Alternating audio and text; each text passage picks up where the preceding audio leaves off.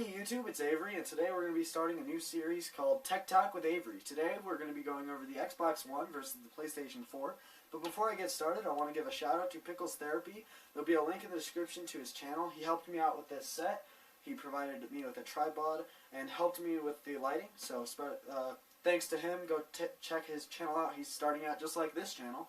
Although he's been on YouTube for almost as long as me. Actually, I think a little bit longer. But anyway, today, like I said, we're going to be going over the Xbox One versus the PS4. We're going to be going over some specs, some price speculations, and then at the end we'll go with my opinion and what I think I might buy, if I even buy a next-gen console. Let's get started.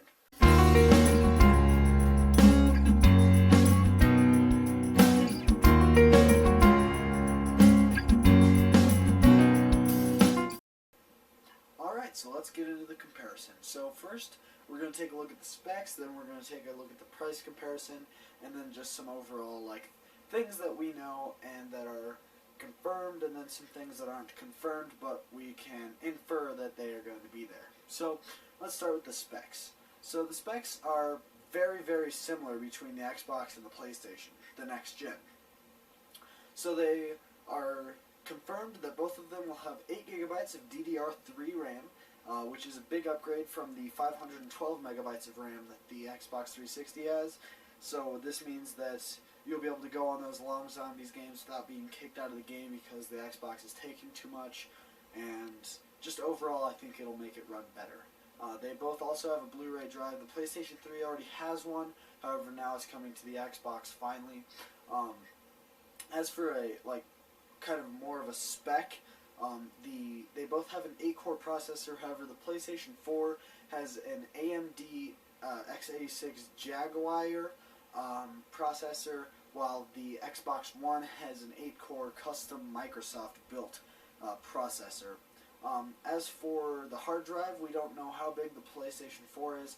However, we do know that the Xbox One will feature a 500 gigabyte hard drive disk, which is an improvement. The Xbox 360 Slim comes with a 250 gigabyte hard drive, so it is doubling the amount of storage that you can hold, getting more to the all-in-one console that the Xbox is going for. We haven't seen the PlayStation 4 yet. We have a teaser that can kind of let us know what it's going to pretty much look like.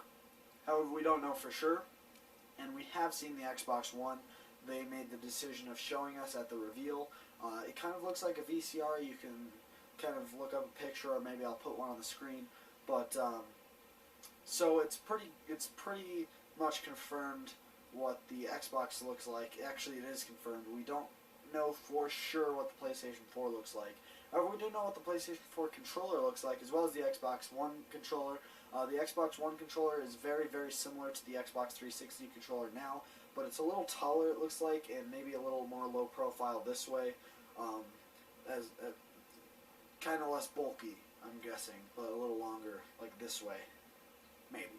And then the PlayStation 4 controller has the blue light on it, and it kind of looks like something like the Move controller or something. I'm not really, if you guys didn't know, I play Xbox 360 now, so I didn't watch the PlayStation 4 reveal, and I don't really know much about it.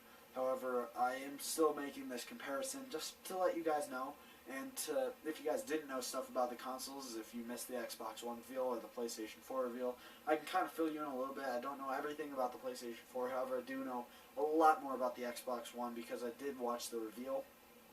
So the Xbox One will also feature Skype and other services like that. It will have multitasking, and it has 3 operating systems, allowing you to do the multitasking a lot easier. So we don't really know much about the PlayStation 4 as far as that kind of stuff, but as it is right now, it looks like the PlayStation 4 will have better hardware, as in the processor, the graphics card, stuff like that. However, the Xbox One will have a better interface and maybe run smoother overall as a console. However, we don't know that for sure because they're not out, and it's not even halfway through the year. They're probably going to launch sometime. The Xbox One for sure is going to launch before the end of this year. They said that at the Xbox One reveal. However, we don't know when the PlayStation 4 will come out. At least I don't, and I couldn't find a release time on the few articles that I looked up. So, other things that we can pretty much know, with the Xbox One, there will be Forza Motorsport 5 as a launch title, as well as Call of Duty Ghosts will come out for it. However, Call of Duty Ghosts will come out for the Xbox 360 as well, so you can kind of look forward to that. I'm guessing that Battlefield 4 will probably have a next-gen console version, as well as stuff like that. Speculations for price, the Xbox One is being estimated at costing $600 for the gaming edition. However, people are also saying that they're going to have an entertainment edition for less, but it won't have the graphics card and stuff that you want for the gaming. So that's a little high, because the Xbox 360, as it stands now, 7 or something years after it came out, it's at $199 for the 4GB version, and I believe $249.99 for the 250GB version. However, it started out around $400, so the Xbox One is still very much higher than the Xbox 360 is right now, or was when it came out. And so now comes down to what,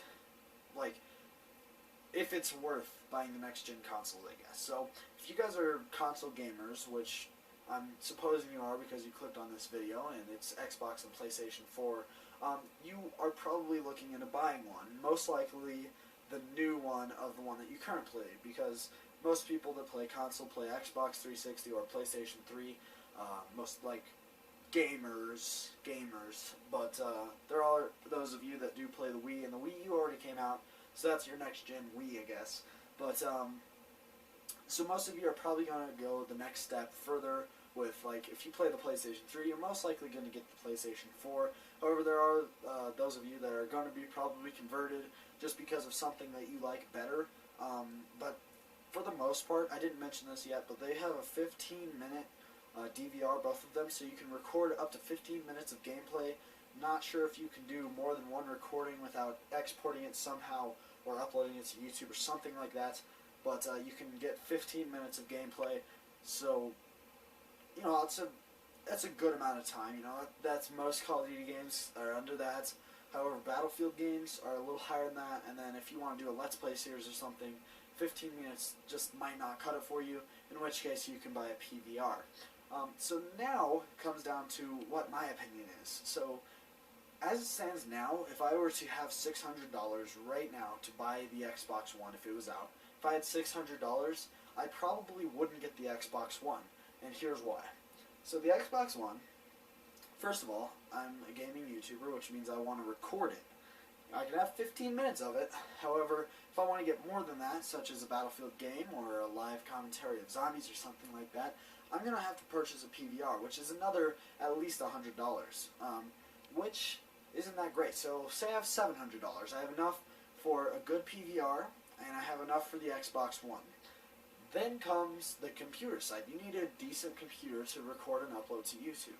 So that would be another few $100. So now, for the Xbox One and a decent computer and the decent PVR, you're going to be around probably at least $1,000. And with $1,000, you can get a very good gaming computer. You don't need a PVR to record video games on the PC. And you have that good PC to record and upload your gameplay. And you don't have a second screen and more cords and stuff for the Xbox. And you have the mouse and keyboard, which I prefer. However, I haven't really done much hardcore PC gaming because, like I said, if I had the $600 for the Xbox One, even just the $600, I would probably turn to a lower-end gaming computer, just because there's all that Skype, all that everything, plus more, because you have the Windows, you could get a Mac, there's a lot that you can do with computers that the consoles are still limited, especially the graphics side. The graphics on the Xbox One will be better than the Xbox 360, and the graphics on the PlayStation 4 will be better than they are on the PlayStation 3. However, you don't really buy an Xbox game to have stunning graphics. They have decent graphics, but if you take any game ever released on the Xbox 360 and the PC, you put it on the PC, on a good PC, on the highest settings, it's going to look beautiful. Not necessarily beautiful.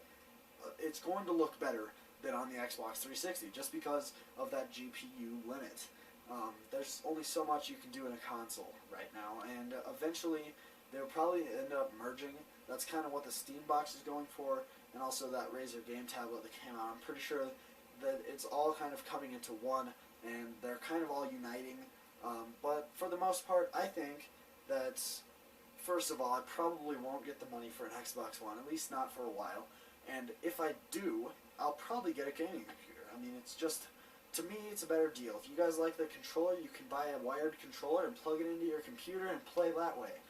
And it's still the better graphics, and it's still a computer, so you can talk on Skype and everything like that. You can have multiple monitors. You can do a lot with computers that you can't do with consoles. It's just down to that. So my overall opinion, if I was to buy one of the new consoles right now with everything we know, I think I would go with the Xbox One, just because of all of the stuff that is confirmed about it. However, if we know more about the PS4, I might go towards that. If we see the operating system at E3 and we see some games, maybe we see if it has Skype and apps like that, maybe I will lean more towards the PlayStation. But for right now, with the information that we know, I'm leaning towards the Xbox One. It's not just because I have an Xbox 360. However, I do like the Xbox look and feel of the controller and everything like that. However, the Xbox One seems like a better console overall. I like the multitasking. I like the hard drive, the big hard drive. I don't like the price speculations. Like I said, I'll probably go with a computer if I get that money. But that's pretty much it. So overall, Xbox One over PS4, in my opinion. Tell me what you guys think down in the comments below, and don't forget to subscribe to the channel for more Tech Talk with Avery, as well as other videos throughout each week. The next video that comes out will be in a few days. It'll be my upload schedule, at least over the summer. There'll be a different, probably, upload schedule over the school year. However, it's just the beginning of summer, so you will get that upload schedule here, maybe even tomorrow. I'm not sure. I'll probably let this one settle in and get some views and stuff. But that's pretty much it, guys. This has been Avery with Tech Talk with Avery. Don't forget to subscribe to the channel and check out my gaming channel if you guys want to see some of the gaming things that I was talking about today a little bit. I do have an okay laptop, but I can't record Xbox anymore, so that's unfortunate. However, I still will be recording Minecraft and some other indie games that I have coming your way soon on the gaming channel. However, I don't really want to link them. I want to link them because I like the fans that I have on the gaming channel, but I want more people on this one that enjoy kind of videos like this, because I really like talking to a camera. I don't know why. I really like talking to a camera. I also really like talking in general. That's kind of what got me into YouTube. I started commentating, and then I started playing games and commentating over them live, talking to friends and stuff, and I kind of like that side better.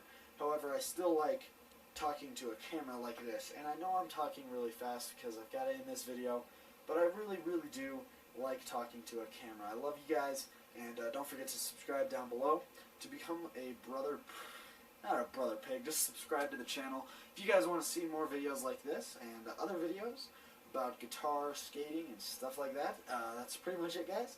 This has been Avery. See you guys later.